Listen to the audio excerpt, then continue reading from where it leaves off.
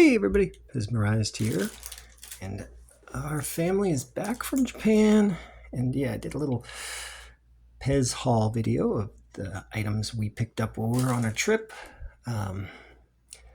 but I said I'd do a little bit of a deep dive into each of the different categories of stuff that we got. So this is the first video in that set. These are some of the vintage Pez items that we picked up, and we got them at a place called Madarake. Madarake, so there's their website. Madarake is a chain of locations in the big cities, and they are a secondhand collectibles reseller. They have these stores full of glass cases. They sell all kinds of collectibles, comic books, action figures, trading cards, records, all kinds of stuff. But toys is definitely one of the categories they do. And the very first Madarake I went into in Tokyo had a couple glass cases full of Pez. So that's excited to find that. And in my excitement, I didn't even think to snap some pictures of the cases. But these are the three items I bought at that location. I went to two other Madarake stores, one in Kyoto and one in Osaka, and they didn't have any in Kyoto. I even asked after searching, but I'm not sure they really knew what I was asking about. But eventually the lady typed on her computer for a bit and said they don't have anything. But at the Osaka store, they did have a couple Pez. There was 3 sets of the sours Pez, the fruit sours, the crazy watermelon and crazy sour apple and blue raspberry, those things. So they had a set of the regular ones, and then the crystal clear ones, and the crystal colored ones. And I've already got the regular ones in my collection. They were just loose, and they were really expensive for what they were there. I forget how much they wanted, but I wasn't too interested in those guys. But that Tokyo location, there's a lot of good stuff in there.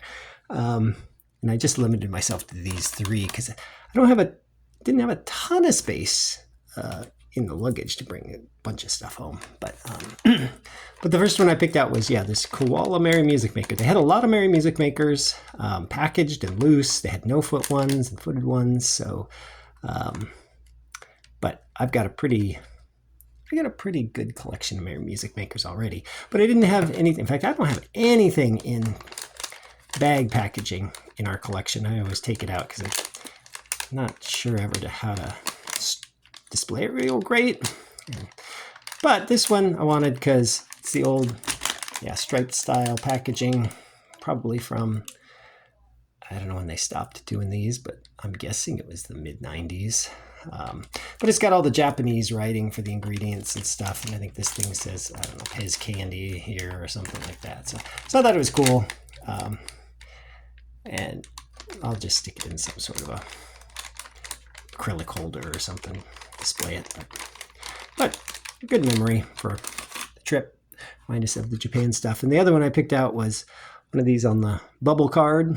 Papa Smurf. I've already got Papa Smurfs, and you can see the bubble card got a little smushed in the luggage. Unfortunately, that just sort of happens whenever you stuff a bunch of stuff into luggage. But again, also the Japanese style packaging. This is the same Papa Smurf I have already in the collection on European card, but this is going to be your Japanese packaging. And it's a similar packaging to some other Japanese Pez I have in the collection that I got at conventions, but a little different than the Sanrio stuff, which is a newer dispenser, versus the Smurfs, which is an older dispenser. You can see the top has a circle cut out instead of the full weird rack cut out there. The shaping of the bubble is a bit different, but these are still both sort of exclusive Japanese packaging styles. I never seen this same bubble where the plastic is pressed on the edges like this in any other market. I think it's exclusive to Japan. I don't know, maybe Australia might have something like that. I don't know, but anyway, kind of cool packaging. Most similar to something I had in the collection for the Japanese regulars. can see that the circle there, yeah, similar style packaging, it's still a different bubble. But I'm guessing the Smurfs were sold in Japan in probably the late 90s.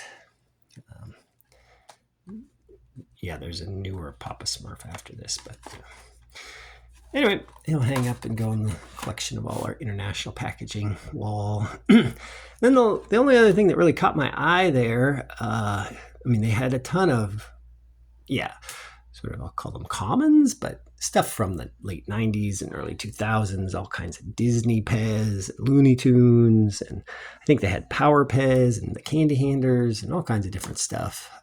But mostly I had most of that stuff.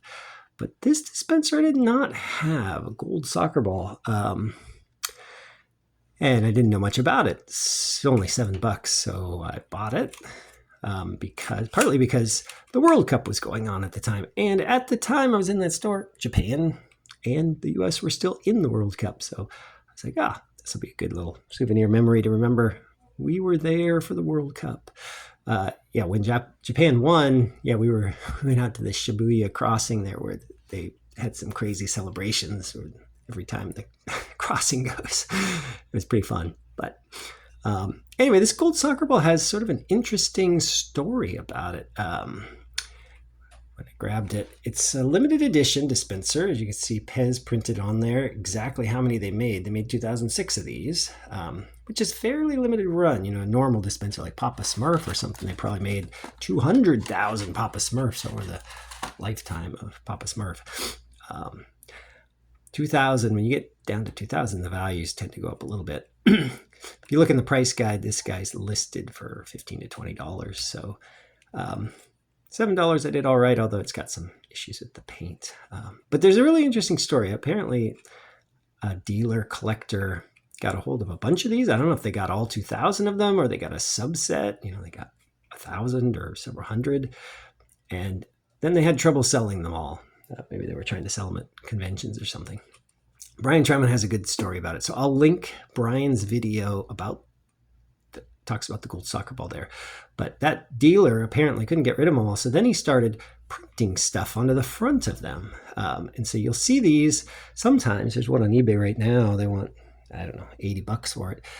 This dispenser with the Italian World Cup flag printed on the front of it, because in 2006, the year this was made, the World Cup was being held as the host country, Italy. So he printed the Italian flag on here, I guess, to make it more interesting, see if he could sell more that way. And the curious thing about this one is, I don't know if you can appreciate it in the light or not, but I can actually almost see a rectangle in the front here. You can just catch that difference to the glossiness right over around here. There's a little line, and the same lines at the bottom here, right where he would have printed the flag. And then I can see some pinkish paint or dye right in that little nook and cranny there. You might not be able to see it on this light, but I can see it. And then there's a little bit of green ink or something right over along this edge here. And then there's little bits of red over on this side, just sort of, almost looks like splattered in there somehow. You can see a tiny little speck of red there, paint or ink or something. But what it almost looks to me is like maybe this was a trial one he had printed on, decided to wipe it off. It didn't work right. Or maybe some other collector got it and didn't like the flag on it. Took the ink paint off the front. But sort of interesting. Anyway, so those were the three items I got. The Mandrake store, vintage stuff. If you're looking for vintage stuff in Japan, that's one place you can certainly go hunting. So get out there and collect some Japanese Pez.